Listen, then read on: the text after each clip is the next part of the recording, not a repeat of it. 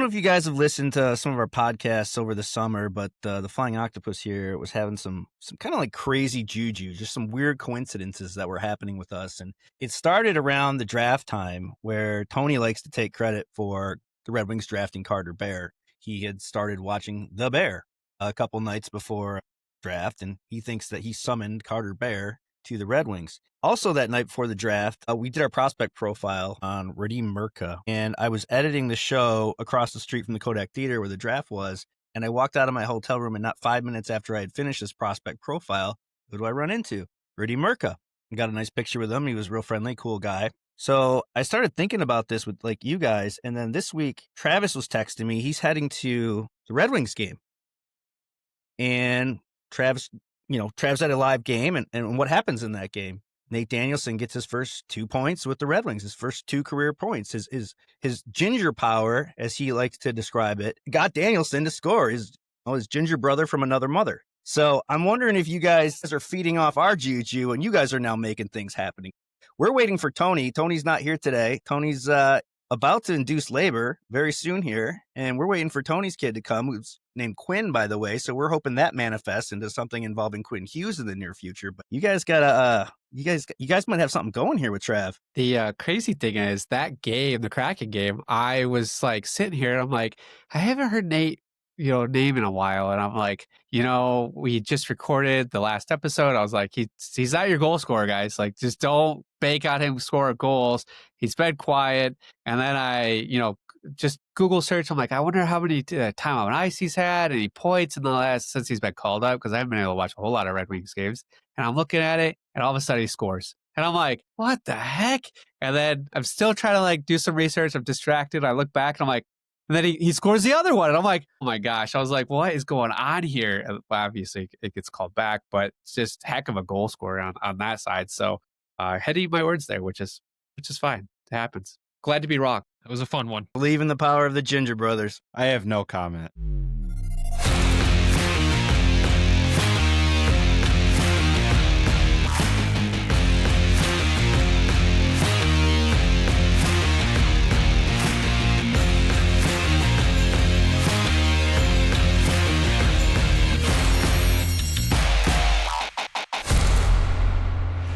Welcome to the Flying Octopus Podcast, offering a new perspective on Red Wings hockey, as well as all the important news from around the NHL. And now, here are your hosts, Tony Wolak, Devin Little, and Evan Sabrin. Hey, it's Carter Bear, and you're listening to the Flying Octopus Podcast.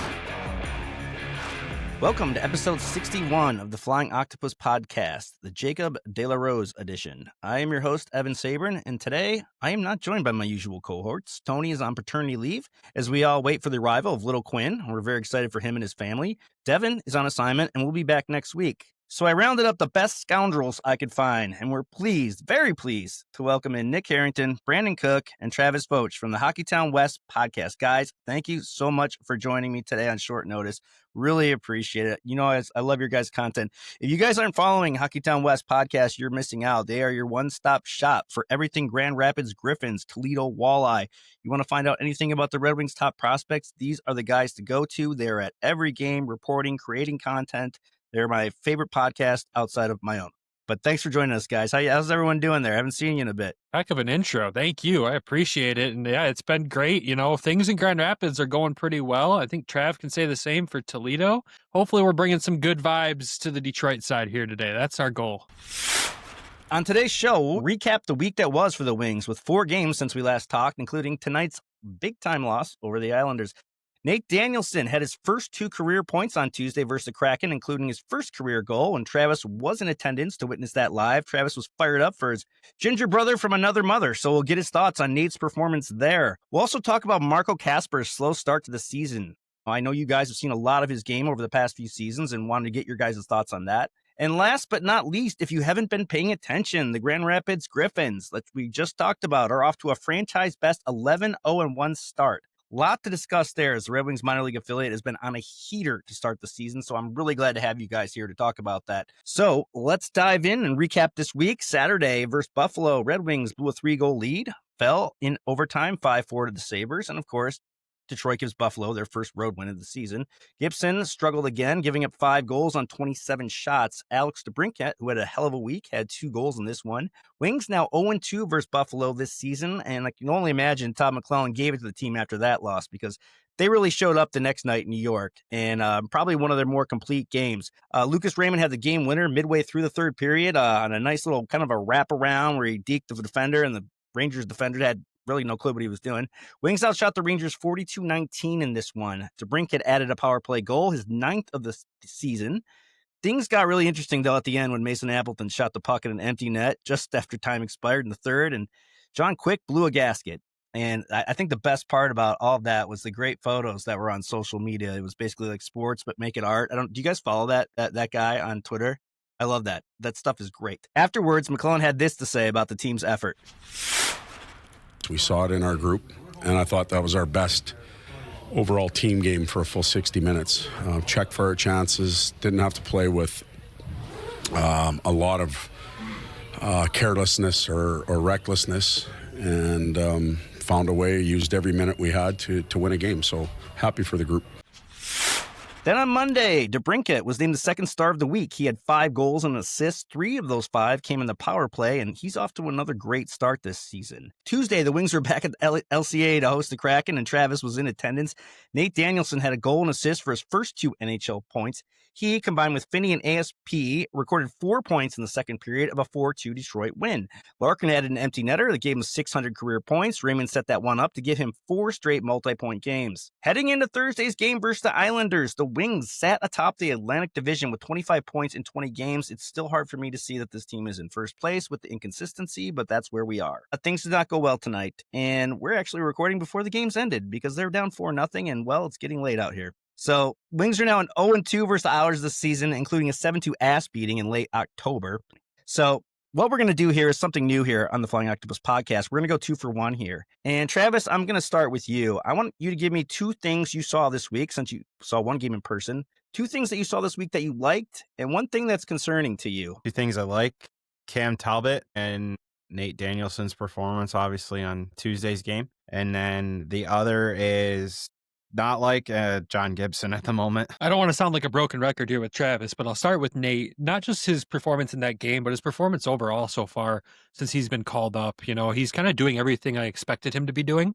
You know, we've said it before on our show. Is he going to blow the doors down on the point side? He might not.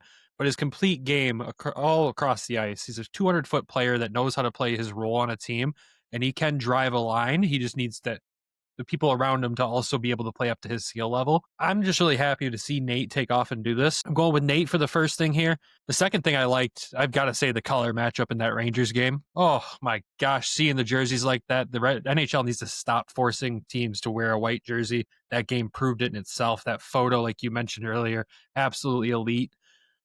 Thing I don't like, sorry, Trav, I'm going to echo your exact opinion. John Gibson. This is something that I said to all of us on our show in training camp. I thought during camp he looked like the 4th best goalie in the organization, and he's still holding up to that, to my opinion there right now. And I know you can't blame every goal on the goaltender, but sometimes you need a goalie to make a big save, and right now you can't rely on him. Yeah, so 2 things that I like this week is, I mean, I was looking at this Anaheim game. Obviously, they've been on to a hot start, and we were able to come out six goals in this game. I mean, that's a high scoring game. Like, Detroit hasn't typically been scoring that many goals in a game, so to put up 6 against Anaheim, that was great.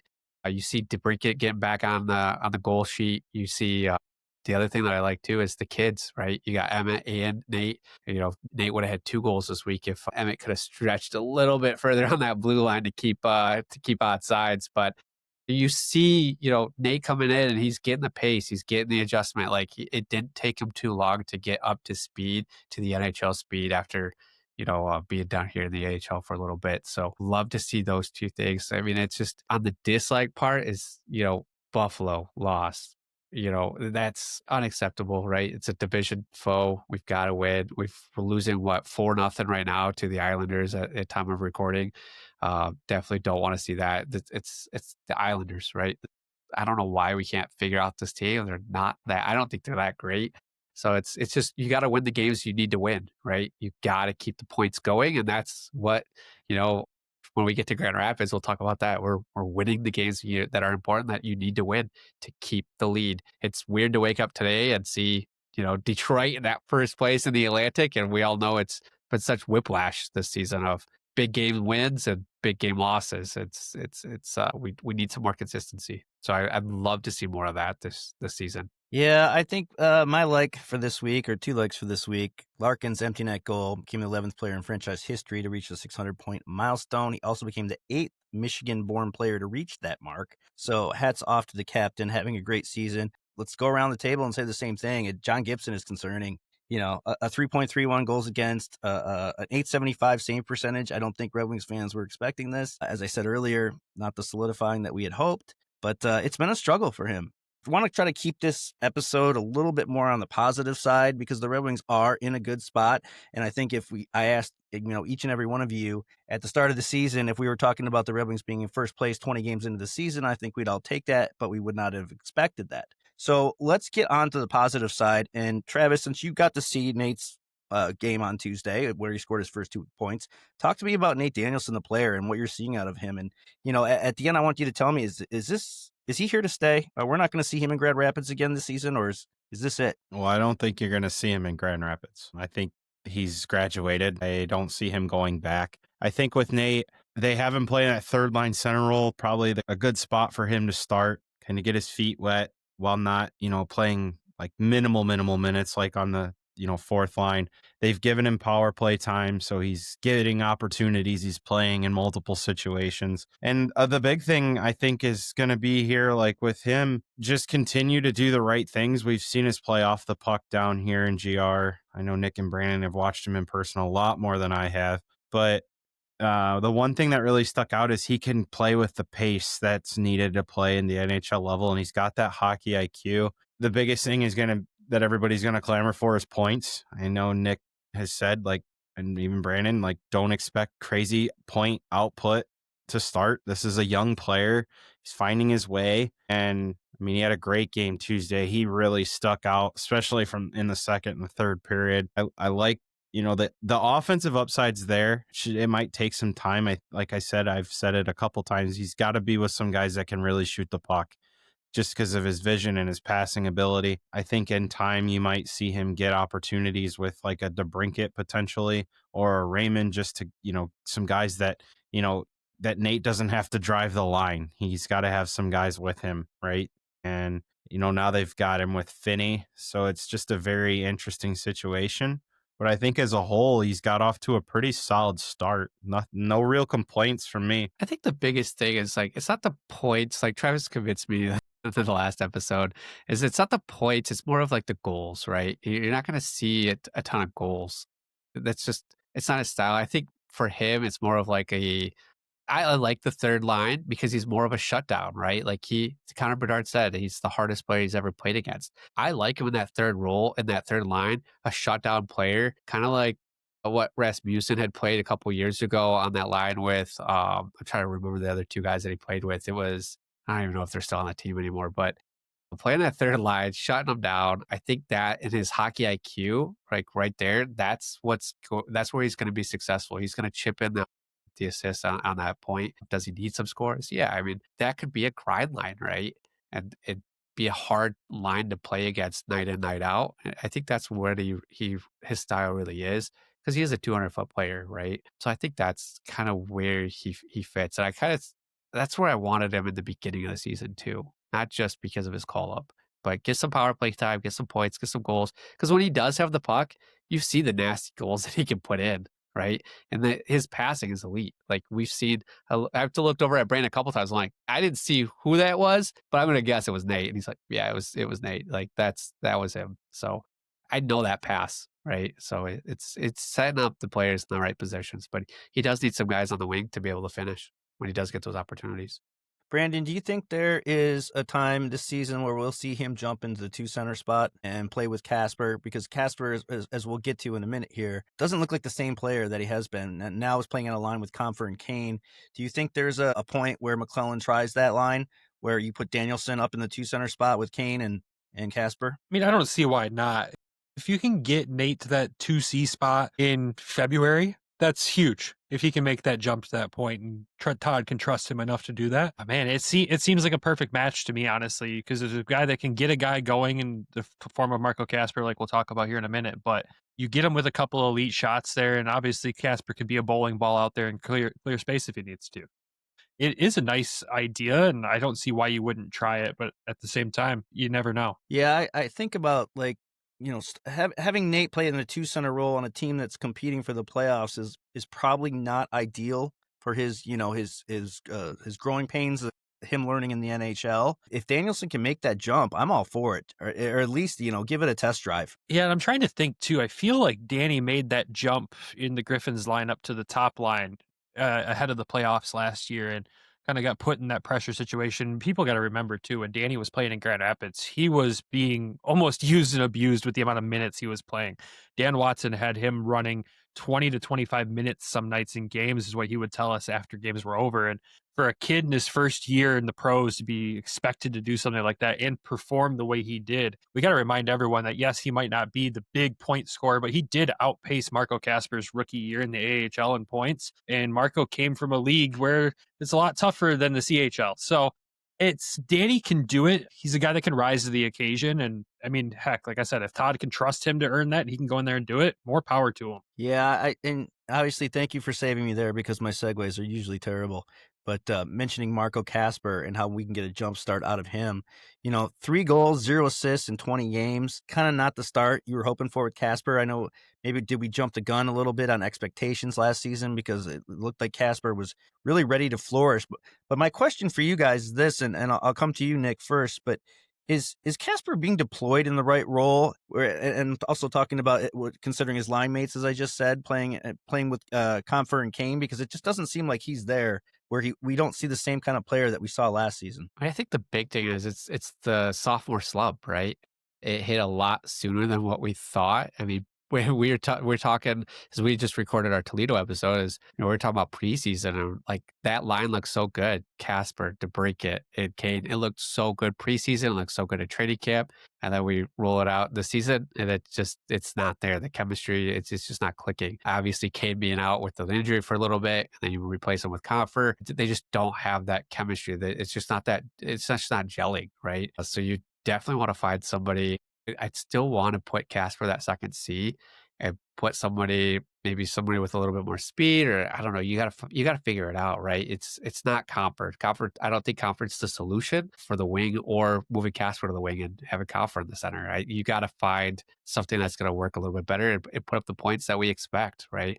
I just think he's hitting the wall, and players, there's more tape on him, right? The players are figuring out how to play against him. So you got to find something, and maybe it is, maybe you put Nate on the second line and the second line center and go that route. To Brandon's point, he last year played that first line near the end of the season, and he finished the season with a +4. So a lot of responsibility for a junior player coming out, playing his first year pro, still is a positive impact. So maybe it is putting Danielson up there and putting Casper on the wing and Kane on the right. Maybe that's the route you go, but I'd rather spread the wealth, to be honest. Yeah, it could be a 2 kids and a goat line, a part 2, if they end up trying that first. And I honestly think they have to do it to spark something in him, because I don't see the same offensive creativity with Casper that we were so high on last year. I mean, last year at this time we were talking about a different ceiling for him, and it just hasn't been there. Travs, what did you think on Casper? Well, I said in our season preview that this was a very real possibility. I know he went nuclear at the end of the year, it felt like, on that crazy run and with DeBrincat and Kane. But look at what Dylan Larkin did year 1 and then fell back in year 2. He went through a sophomore slump. And I mean, it's hard when you're a young player and you're playing in the middle. It's a strength leverage thing, especially with faceoffs, but it goes back to tape. Like Nick said, guys are familiar with the player. They know what his tendencies are. It's a growing pain. It's not easy to come back. Like Todd has said it, like that was last year. This is this year. This is a new season. Like he said that multiple times. I'll be honest. I think of the two, I think Nate's got the higher ceiling. That's just my personal opinion on it. I think in time, Nate will be the 2C and Marco will be a 3C. It just takes time, unless Marco can work on the wing. It sucks if it comes to that point that you draft a guy that's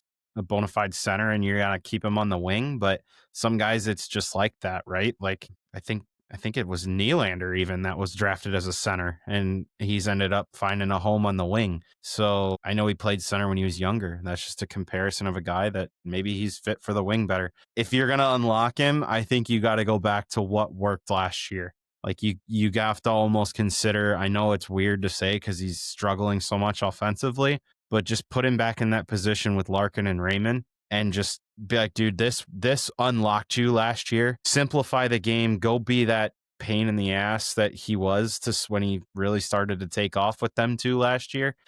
I would consider that. If you're not going to go that route, I mean, if they did personally, then you could even consider Nate with DeBrincat and Kane, and then you can have Finney with whoever you want on the third line potentially. They got to figure something out, right? Or you move Kane to the third line and have Finney with DeBrincat and Danielson. Like, there's so many avenues you could go to, but it doesn't shock me that he's struggling because we've seen it before. Or do you want to do a call up and like put them in the lineup? Maybe Amadeus Lombardi, John Leonard. I don't think we're quite there yet. At the end of the day, though, 20 games in, and with the way that they've ushered in these new rookies, at some point you have to expect this. And I know I talked to you, Travis, about this offline, but there's going to be the growing pains. It's just the frustration of, like I said to you too, Travis. I feel like every week, at least on our show, we're talking about not with you guys and your undefeated teams, but it feels like every week that we're talking, it just goes high, low, high, low. And I feel like that we live in the moment with this team where it's like, oh, there's a great game against the Kraken. Oh, they played a complete game against the Rangers. And then boom, here comes a dud. Down 5-0 tonight. Last time they played the Islanders, lost 7-2. It's just that up and ground roller coaster. And I think that's part of the process. That is just how it's going to happen, especially when you have three rookies in a lineup who are learning. This team is still young. It does have its veterans. Patrick Kane, I'm a little concerned about because he doesn't look the same as he did as at the start of the season when he was on fire. Cat's been nothing but short of excellent this season. He's in the top 20 in scoring. Larkin's been fine, but ushering in these kids, it's just the growing pains are going to happen. The roller coaster that we're going to have to ride the highs and lows this season with this team. But again, 20 games in, that's a quarter of the season. I think you have to be happy with where this team is heading at this point. You've got to be happy to see where they're at right now. You just hope that they can finish in that same spot or in the picture, right? The joke every year is a team that's in the playoff picture at Thanksgiving is most likely going to make it. We're sitting there right now. Is that going to go on to be true this year? Remains to be seen. I've said it before too, this is the year, this is where it should start. We should never go back. I think we overperformed 2 years ago when we were empty net goal away from making the playoffs. We way overperformed. The stats showed it. We all knew it. This is where you're seeing, right? You see a 7th round draft pick into the lineup. You see Nate Danielson in. You see, this is the second year Marco Kasper. You see guys coming up. You see the young guys coming up that we have a whole wave of them down here in GR, and we got more guys coming from college and international too. So this is the season where it's like, okay, whatever we finish here, this is our building block. This is our floor. We should never hit anything lower than this moving forward. This is where we should be at. There's definitely going to be points in the season to where the kids shine and it's all great. And then there's going to be growing pains.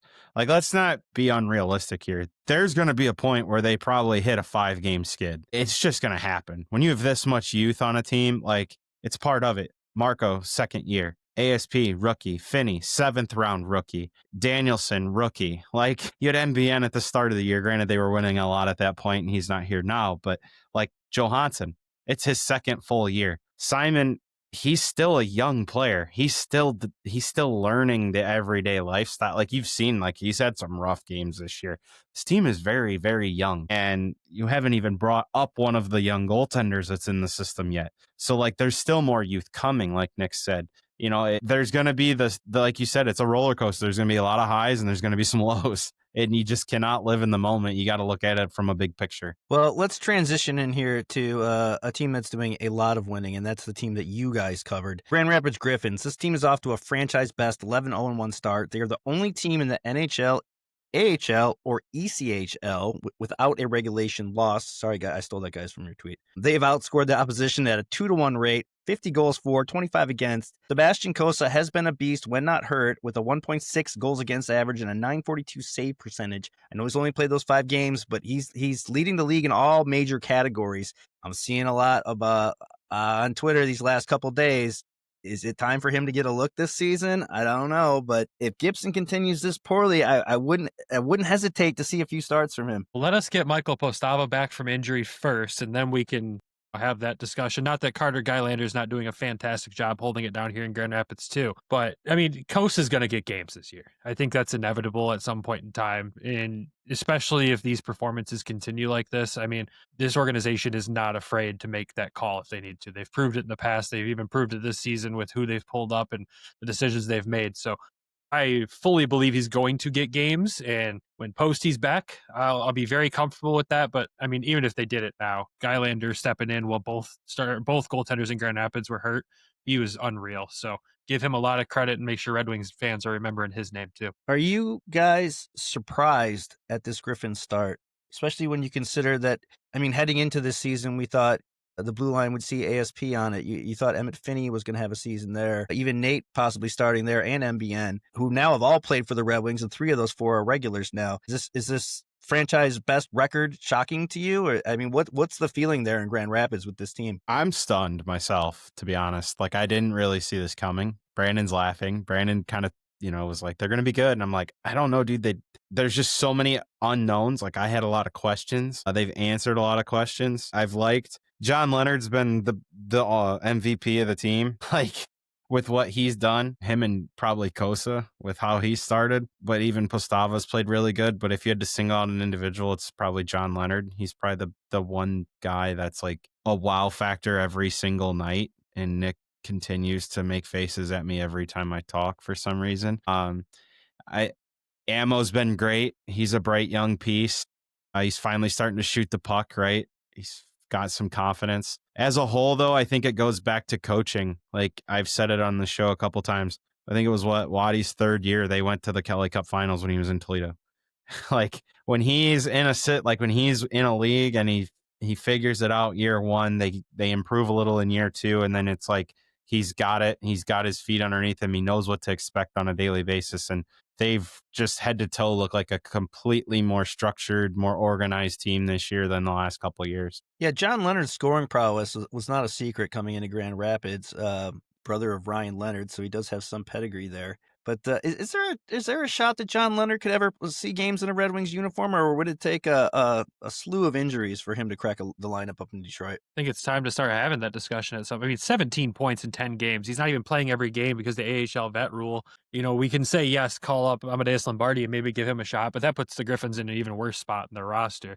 Call up a veteran that might be sitting for a night and see if he can score some goals for your team. 11 goals, 6 assists. The guy's been unreal. The concerns that I think some of us have had with this is the pace. Can he keep up with that? But I mean, the guy, when he shoots the puck, you're almost just waiting for it to hit the back of the net at this point. He's been unreal. I just want to answer to Travis's, I don't know if he could be the MVP if he's not playing every game, right? That goes back to a joke on our show that I made. Yes, it does. That's why I give him the questionable look there, because I think he said that earlier. But no, a lot of credit to John Leonard. I don't know if the rest is helping him. It's something I want to ask him this week is like, is the rest actually helping you, or are you kind of a guy that likes the repetition? Being you're in a flow zone, like why come out? So it's an interesting point. I would like to see him up. It would help us a little bit more on the veteran side because we do have to sit 2 guys, every night. And so when we're taking rookies out, we've got injuries that we're dealing with right now as well. To me, it's crazy, right? Trav just said, like, before the season started, we didn't know what to expect. We didn't know what the lineup was going to look like. We were pumped to see MBN, ASP, and Nate, and Emmett Finney all here. And then, they're all up there with you guys. So these veterans, like I have to hand it to the veterans and the coaching staff. Like they have come in, and then Cossa, right? They've come in, they've taken this team, they've taken control, and they're just, the saying is this team's not going to lose another game. Like, it's we joke about it, but this team is playing in all aspects, right? I've never seen a team this like, I think I could throw it back to the 96, 97 Wings. Like, that team was dominant. This team is playing dominant as well. I've never seen a team play this well in all aspects. Penalty kill, it's number 1 in the league. Power play is right up there on our end. Like, it's offense, defense, everything is clicking throughout. And it doesn't matter who's in the lineup, who's playing in net. You've seen Carter Geilander start in the ECHL this year, be called up because of injuries, plug and play, like, just continually playing well. I mean, it really doesn't matter who's sitting out and who's playing. This team is just playing as a unit, all 4 lines. It's absolutely insane to me. I just want to point out one thing quick. You bring up the 96, 97 Wings. The 02 Wings were like 22, 3-2 to start that year. So. Yeah. I mean, if we go on a run like that, I ain't complaining. I'd love to get an update on Michael Branzig-Nygaard. As you know, I'm not able to watch as many AHL games or Griffins games with you guys, so I know our listeners are always going to be interested in guys like him. I also love to hear about this update on Shai Buam and where he's at now in his recovery from that injury. Well, I'll start with Shai. We don't know. Hopefully he's back soon. Getting updates on injuries in the American League is about as easy as pulling teeth. It's not we don't get that information unless we happen to see the player on the ice for practice or anything, and then we might get kind of a better idea when they're going to come back. So unfortunately, no update on him as we haven't been able to make it to practice the last couple of weeks. MBN, he's been fun. I mean, we kind of had Travis when he was up at GR last really kind of dial in and look at him closer because it's so hard for us to cover a game and watch every guy in detail. But he's starting to find the back of the net, released a rocket of a shot the other night for a goal. And yes, he's still throwing the body around like he was in Detroit as well. Who's he playing with on the lines now? Amadeus Lombardi and John Leonard or whatever other veteran might rotate into that wing spot that night. So he's been in a good spot. How has Lombardi looked so far this season? Is there any realistic chance that he could get a late season call up in Detroit? Yes, I would. I mean, the kid's on fire. He started the season not being able to find the back of the net with a ridiculous amount of assists going up at the same time, though. He was a point per game player without scoring a goal up until the last 3 games, where now he's got a goal in back-to-back-to-back games or something like that at this point. So he's been unreal.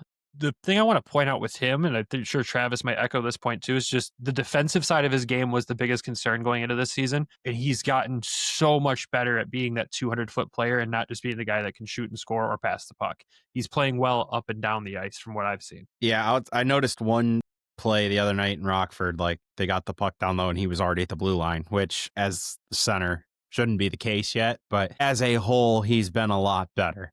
I think with him, it's just they want that defensive improvement because for whatever reason, they just want to keep him at center, which drives me nuts myself. I really think he could become something as a left winger in the NHL, just with his playmaking ability, his skill levels through the roof. Like, there's so much potential there. That's the one thing that drives me nuts is that, but with Grand Rapids, they have to play him at center. That's the one problem. They're thin down the middle, especially with Nate in Detroit now. Becker's hurt. Like they don't have a choice. They have to play him at center, and they don't really have many other guys. I mean, they have guys that could do it, but Ammo's, a natural center. So that's one thing for me that if he does go to Detroit, I want to see like a 10-game run with him on the wing before that happens, because I feel like that's where he would play at the NHL levels, on the wing. The one thing too is this is his year 3 of 3 of his ELC contract. So they have to figure out what they have with him, right? They have to play him. I would say they have to play him in the NHL, at least the 10-game run, to see what they have, where he needs. The biggest thing we always talk about coach and with Ammo is he's working on the defensive side. He's working on the defensive side. It's always like their go-to comment to it. So, I think he's been better pointing up the assists. Trav would say he needs to shoot more. Last year he got off to a crazy hot start because he was shooting the puck like crazy and it was going in. Now he's got a little bit of confidence. He's seen the back of the net the last couple of games. Those will come, but it's easy to pass when you got John Leonard just firing and murdering the puck into the net. So it'll be fun to see him with MBN the last 3 games, and MBN gets going, Ammo gets going. It'll be interesting to see. I really liked him when he was with ASP last year towards the end of the season, and obviously that's not going to happen. So it'll be interesting, maybe with Shai coming in, if that'll help kind of spark a little bit more on that side too, on the offense, on the power plays. But I think he has to get some time up in Detroit. if a small sample is something to, to earn that next contract. I think he'll get signed, Nick. I think you're worrying too much about contracts here. Hey, you never know, man. You never know. I know you guys obviously spend a lot of time at Van Andel Arena, but like, what is the vibe around the city around this team? I mean, does the city really embrace this team and this start? I mean, what is it like that area during game days? It's hard to say because we're spoiled with covering the Toledo Walleye, which might be one of the best experiences in pro hockey. Honestly, if you go down to Toledo for a game day and the environment in the arena, Van Andel being a bigger arena, and there's a lot going on in Grand Rapids. I know the city can't embrace it as much as a town like Toledo can for the Walleye. They could, but they haven't yet. But it is starting to generate a buzz more, and you're seeing the crowds that are showing up being that more engaged crowd. It's not just the guys showing up to drink the $2 beers on Friday night and take off. You're starting to see the people who are staying for the full game, enjoying what is being built here in Grand Rapids, because it's hard to say that what they're building right now is not special. When we were talking to Edwards Trailmax after the game last weekend, and him saying that we come into the game expecting to win every night. Like that's their mentality at this point. They celebrate their win the night they get it. The next day, it's on to the next thing, and they're ready to go get that next win. I mean, he was even talking about, wanting to go win that championship without saying it, obviously, but he was hinting at it. And it's just to see what they're trying to build and to start to see some of those fans trickle back in, because we're not going to lie, it's not the cheapest thing to go do in Grand Rapids, right? To go to a Griffins hockey game. But man, the product on ice right now has been just so exciting to watch, with the mentality they play with, the aggressiveness on the puck, and then the scoring ability, like you mentioned earlier. That goal differential is just insane. I read it every day and I'm like, I can't believe this.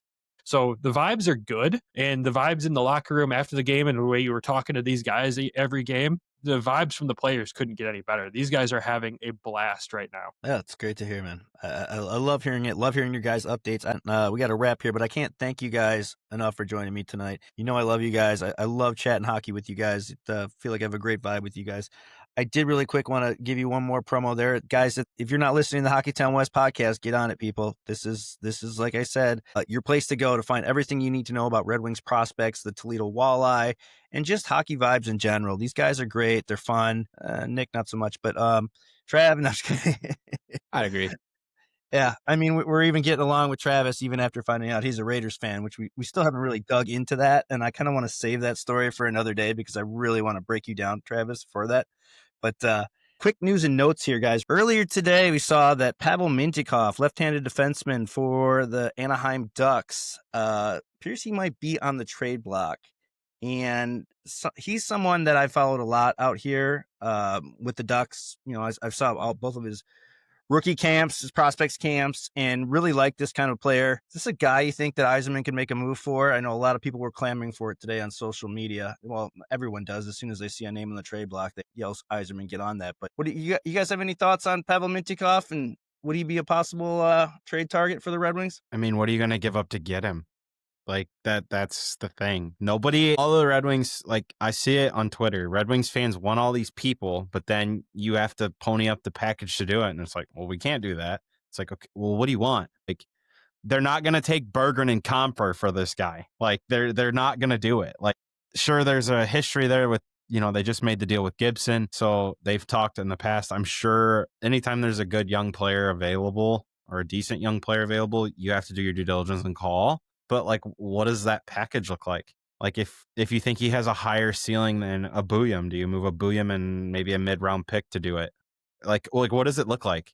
Do the Ducks need somebody more, to come in at a cheaper deal longer than where they're at now? Like, I don't know. Like, to me, until you start seeing the big names talking about teams and trades, I don't really buy much into trade rumors. But are the Red Wings in a spot where, in the rebuild, where they can start giving up maybe higher end draft picks for a guy like Mintyukov, who's already developed and would fit in the timeline that the Red Wings are in right now? That's my biggest thing here, because the Anaheim blue line is filled with young, like really good players. You look at Jackson Lacombe, Tristan Leno, Olin Zellweger. They got Cyan Solberg on the way. They still have Ratko Gudas there. If this guy wants out, and I think something Yzerman should really dig into, if it is true, which we will we never know in these situations.